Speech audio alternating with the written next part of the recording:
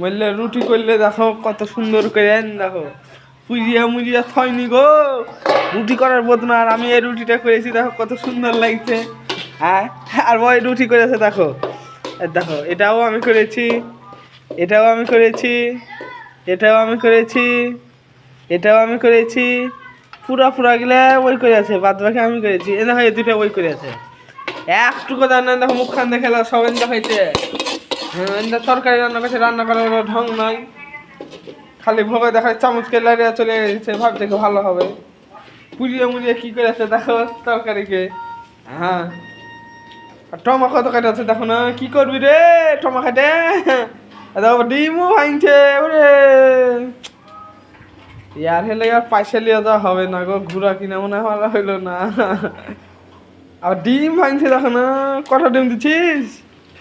হ্যাঁ কটা ডিম দিচ্ছিস রে?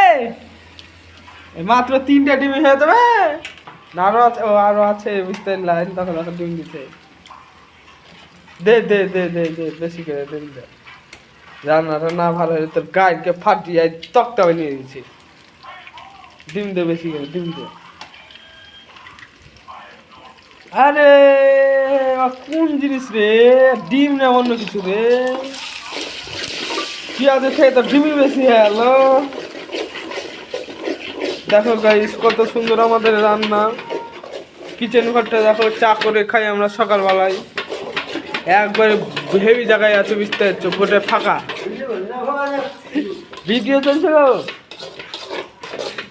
দেখো কত সুন্দর রান্ধনিটা আমার, রান্ধনিটা সব ভালো কিন্তু রান্নাটাই ভালো লাগে। রুটি গিলাসে কাছে দেখালা পুড়িয়া মুড়িয়া থই, এক অবস্থাটা দেখো খালি। রুটি বেলা আছে নাকি? হ্যাঁ আর দেখো কি করে করছে, রান্না করার তো ঢং নাই।